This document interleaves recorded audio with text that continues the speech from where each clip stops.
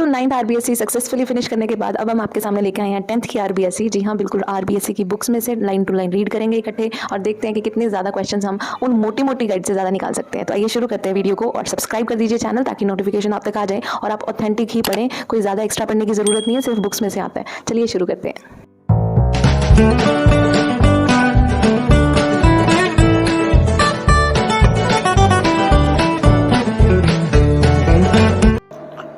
Chapter का नाम है उपभोक्ता संरक्षण। क्लास 10th के 10 चैप्टर पर है। तो सबसे पहले इसमें भूमिका में लिखा हुआ है भूमंडलीकरण और उदारीकरण के दौर में, जहाँ पे आजकल सारी जगह ही अपने प्रोडक्ट को बेचने का एक ट्रेंड बना हुआ है। तो उसमें विश्व के विकसित देश जैसे अमेरिका, इंग्लैंड, जापान, ये सारे यूरोप में शिक्षा और उपभोक्ता को बड़ी ही तरह जागरूकता से ले रहे हैं और कई आर्थिक समस्याओं से लड़ने का एक अच्छा प्रयास कर रहे हैं।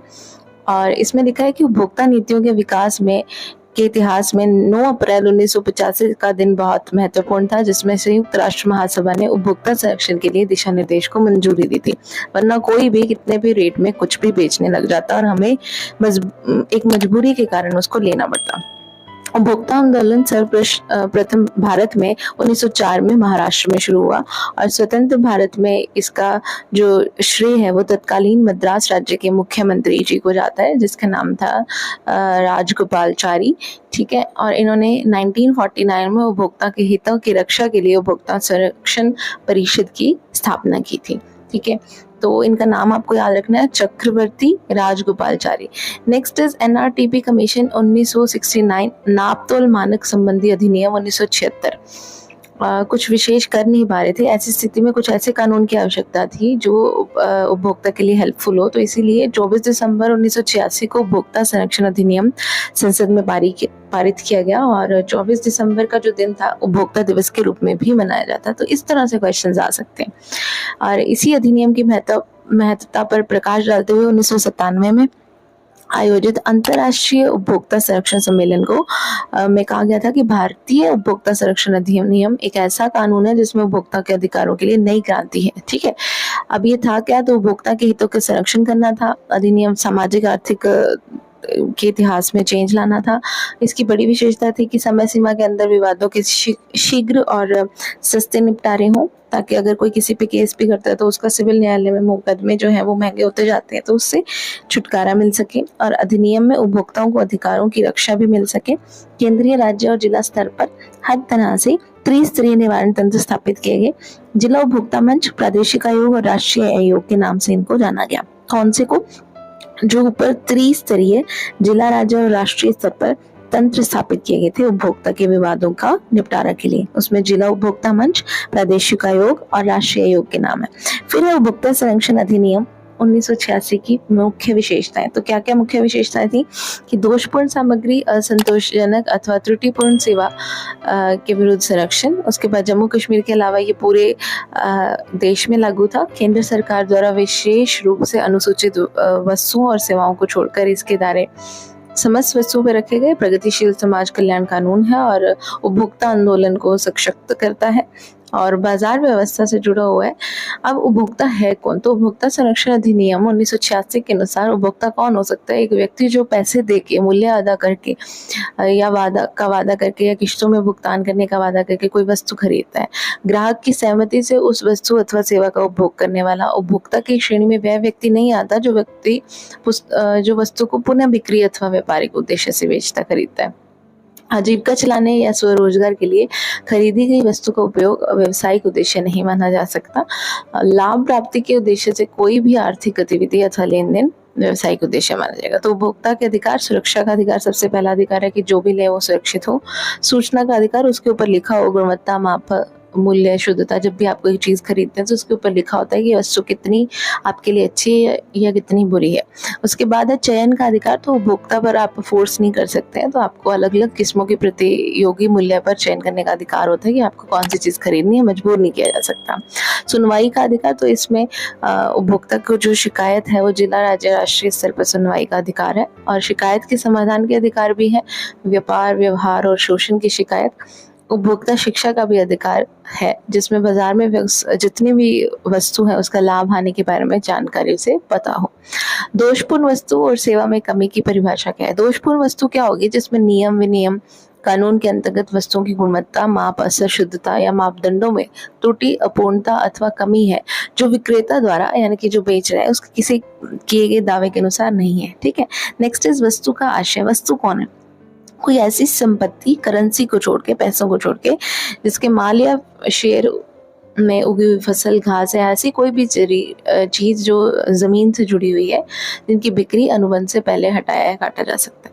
सेवा, तो सेवा का तात्पर्य किसी भी प्रकार की सेवा से है, चाहे वह बीमा, परिवहन, गृह निर्माण, रेलवे, बिजली, मनोरंजन, टेलीफोन, चिकित्सा हो।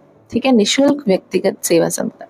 अब शोषण के कारण क्या है? मांग में पूर्ति में असंतुलन, क्योंकि तीव्र गति जैसे जनसंख्या बढ़ रही है तो मांग भी बढ़ती है और घटिया भी वस्तुएं आने लग जाती हैं या डुप्लीकेट। एकाधिकार, तो उत्पादक जो भी है उसका ही अधिकार एकाधिकार रहेगा, जिसने वस्तु को क्रिएट किया है। और सेवाओं के ऊंचे मूल्य अगर रखे जाते हैं तो ऐसी स्थिति में अधिक मूल्य देने वाले के अतिरिक्त उपभोक्ता के पास कोई अन्य विकल्प नहीं होता, तो एकाधिकार। अशिक्षा उपभोक्ता शोषण का मूल जो रीजन है, अशिक्षा की वजह है, तो उसको मिटाना। उपभोक्ता की उदासीनता, तो उदासीनता है कि अपने अधिकारों की जानकारी न होने के कारण वह अधिकारों के प्रति उदासीन हो जाता है। वो कहते हैं चलो छोड़ो, जैसी वस्तु आ गई। उदारीकरण, निजीकरण, भूमंडलीकरण, तो विश्व व्यापार संगठन के अंतर्गत जितने भी समझौते हुए उसमें आयात निर्यात फिक्स हुआ, तो उसमें नियंत्रण बहुत जरूरी था, और जिसमें क्रियान्वयन के लिए व्यापारिक जगत में बढ़ती अनैतिकता ने उपभोक्ता के शोषण की गति की। उपभोक्ता की कर्तव्य क्या है कि अगर वो माल कोई खरीदता बेचता है तो उसको पहले तो जानकारी ले। डिब्बाबंद या पैक वस्तु पर जो लेबल होता है उस पर बैच नंबर या उसके MRP पैकिंग दिखती जरूर देखें। ISI, एगमार्क, FPO, ये सारे उपभोक्ता को जो मानक हैं उनको ध्यान में रख के ही खरीदनी चाहिए। मापतोल पूरा हो, इसका भी ध्यान रखें। मापतोल सेंटीमीटर, मीटर, ग्राम, किलोग्राम, लीटर में होता है, और उसका मूल्य निर्धारण जो है वो अधिक मूल्य तो नहीं देना पड़ रहा मूल्य से, तो वो ध्यान रखें। और गारंटी वारंटी की शर्तों को समझ के ही चीज़ लेनी चाहिए। क्रय विक्रय के नगद जो कैश मेमो होते हैं या वाउचर होते हैं उसका ध्यान से प्राप्त करना चाहिए। और बिका हुआ माल वापस नहीं होगा या बदला नहीं जाएगा, ऐसा अगर है तो उसका देखें। वो सरकार द्वारा उपभोक्ता संरक्षण नियम जो है वो कानूनों की जानकारी दी जाती है समय समय पर, और शोषण के अन्याय के विरुद्ध कार्य किया जा सकता है। कौन करवा सकता है इसमें? अब जो शिकायत दर्ज है तो उसमें पंजीकृत स्वैच्छिक उपभोक्ता संगठन, केंद्रीय सरकार या राज्य सरकार। ये शिकायत दर्ज करने वालों के नाम लिखे हुए हैं जो शिकायत दर्ज करवा सकते हैं। इसमें उपभोक्ता, पंजीकृत स्वैच्छिक उपभोक्ता संगठन, केंद्रीय सरकार, राज्य सरकार, और इसी के साथ एक या अधिक उपभोक्ता जिनके उपरिष्ट उद्देश्य मतलब सेम ही हो। दायर करने के लिए प्रतिबंधित व्यापारिक व्यवहार का पालन किया हो, खरीदी गई वस्तु जो है वो दोष में अगर है तो आप दायर कर सकते हैं। सेवा प्राप्ति में कहीं कमी है, त्रुटि है, या बताई नहीं गई चीज़ आपको मूल्य से अधिक मूल्य लिया गया है, या जानकारी पूरी नहीं थी। ठीक है। दर्ज कराना कहाँ पे? तो उपभोक्ता संरक्षण अधिनियम के अंतर्गत आपको निम्नलिखित न्यायालयों में ये उपभोक्ता को बताना है। 20 लाख रुपए तक के दावे अगर किए गए हैं, राज्य आयोग 20 लाख रुपए से अधिक और 1 करोड़ के दावे के लिए, राष्ट्रीय आयोग 1 करोड़ से ऊपर के दावे के लिए, और जिला उपभोक्ता 20 लाख तक के दावे के लिए। ठीक है। तो 20 लाख, फिर 1 करोड़ तक और 1 करोड़ से अबव।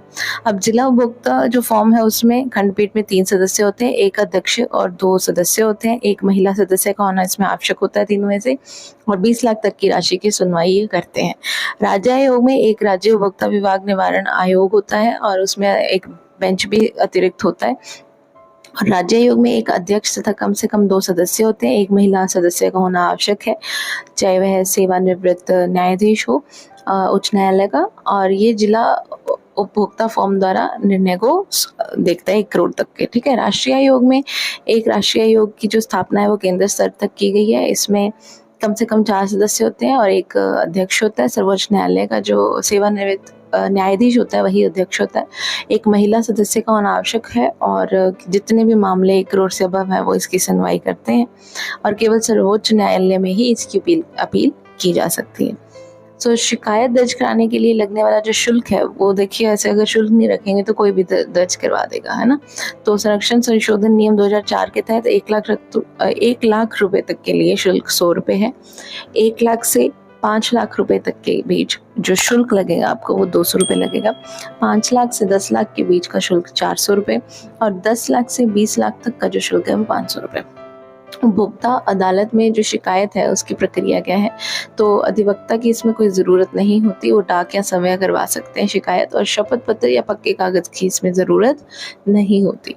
उपभोक्ता अदालतों में शिकायत दर्ज कराने के लिए अनिवार्य जो बातें हैं वो ध्यान रखिए। शिकायतकर्ता का नाम, पूरा पता, जिसके खिलाफ शिकायत करानी है उसका नाम, पता, और शिकायत भी पूरी, आवश्यक दस्तावेज और किस प्रकार वह राहत चाहता है वो भी, और उसके हस्ताक्षर। अब इसमें राहत क्या दी जाएगी? या तो दोष को दूर करा देंगे, खराब वस्तु बदल देंगे, कीमत को वापस दिलवा देंगे, नुकसान का मुआवजा मिल जाएगा, बिक्री पर रोक लग जाएगी। ठीक है, तो इस तरह से नुकसान का जो कुल मूल्य के 5% से कम नहीं होगी जो भी उसकी राशि होगी। अब भ्रामक कोई भी विज्ञापन में ऐसी अगर कोई बात होती है तो राशि पूरी की पूरी दिलवा सकते हैं। अब यहाँ पे आगे लास्ट में कुछ क्वेश्चंस। तो यहाँ तक हमने क्लास 10th का पूरा सफ़र कर लिया है। अगर आपको ये लग रहा है कि अब मतलब ये है किस तरह से हम पढ़ रहे हैं, तो देखिए अब तक 6 से 8 तक का एक राजस्थान अध्ययन की बुक्स होती है वो करवाई गई।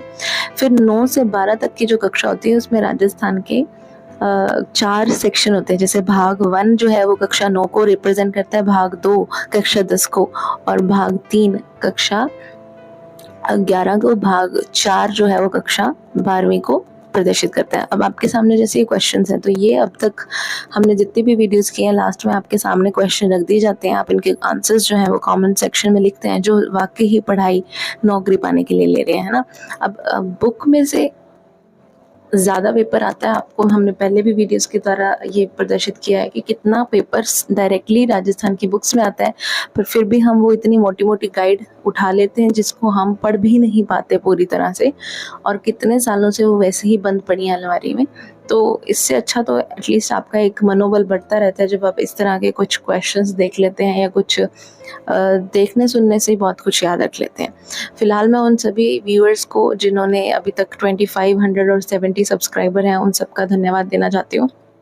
थैंक यू सो मच जिन्होंने इस काबिल बनाया एग्ज़ाम जी चैनल को। और जब भी मैं वीडियो नहीं भी डालती तो कमेंट सेक्शन में लिखा आ जाता है कि आप वीडियो अपलोड नहीं कर रहे हैं, तो दैट मीन्स अगर इतने सपोर्ट में मुझे मिला है इस चैनल से, तो एग्ज़ाम जी चैनल को मैं कंटिन्यू रख रही हूँ। हालांकि मैंने 1 साल के लिए ड्रॉप कर दिया था, लेकिन मुझे ऐसा लगा कि कभी ना कभी कोई ना कोई तो इसको ज़रूर देखेगा। जब भी कोई भी इस चैनल पे विज़िट करेगा, होपफुली आप भी अगर अभी नए आए हैं या आपने अभी शुरू की है पढ़ाई, तो इसे शेयर ज़रूर कर दीजिए। अगर आपको ये लगता है कि नहीं मैं सिर्फ अकेला पढ़ूंगा या पढ़ूंगी और किसी का भला नहीं करना चाहते आप, तो इससे आपका भी नहीं होगा। ठीक है, तो हमेशा पढ़ाई शेयरिंग से ही होती है। जब आपको दूसरों का पता लगे कि हाँ उन्होंने पढ़ा तो हम भी पढ़ेंगे। तो ये मैंने लास्ट में आपके लिए PDF रख दिया कि क्यों हम भाग 2 का ही पूछते हैं कि इसका भाग पहला कहाँ है कक्षा 10 का। देखिए कक्षा 10 जो है वो उसका नाम ही भाग दूसरा है, कक्षा 11th का भाग तीसरा और कक्षा 12th का भाग चौथा। और यहाँ तक 10th तक 6th क्लास से 10th तक हमने अब तक पढ़ाई कर ली है। आप देखिए कि आपके कितने क्वेश्चंस अब सही होने लग गए हैं। आप राजस्थान का कोई मर्जी एग्ज़ाम देंगे उसमें राजस्थान की ही बुक्स में से क्वेश्चंस आने हैं, तो प्लीज़ इस पे ज़्यादा फोकस किया कीजिए। और भी अगर आपको किसी नोट्स को पढ़ना है, किसी टॉपर के नोट्स को पढ़ना है, या आपके पास कोई ऐसे नोट्स हैं जिसको आपको लगता है कि आप यहाँ पे एग्ज़ाम जी चैनल पे शोकास्ट करना चाहते हैं, तो टेलीग्राम का लिंक दिया हुआ है, आप वहाँ पे जाके हमसे कांटेक्ट कर सकते हैं। आपके बनाए नोट्स आप चाहते हैं कि लोगों तक पहुँचे, और आपने बहुत अच्छे नोट्स बनाए हैं, राजस्थान के ही नोट्स हैं, तो उनको भी यहाँ पे पढ़ा दिया जाएगा। सबसे पहला हमारा फोकस है 11th और 12th को। इसमें भी 10-10 चैप्टर हैं, बस ये फिनिश हो जाएंगे। नई या पुरानी बुक का देखिए कोई अंतर नहीं है, नई बुक में हमेशा डिलीटेड सिलेबस ही आया है कोरोना के कारण, तो जो पुरानी बुक्स है वही हमने कंटिन्यू किए हैं 6 से लेके 10th तक। अब जो 11th और 12th की बुक आएगी वो भी पुरानी ही आएगी। तो बने रहिए एग्जाम चैनल के साथ। Thank you so much, subscribe the channel right now. Thank you.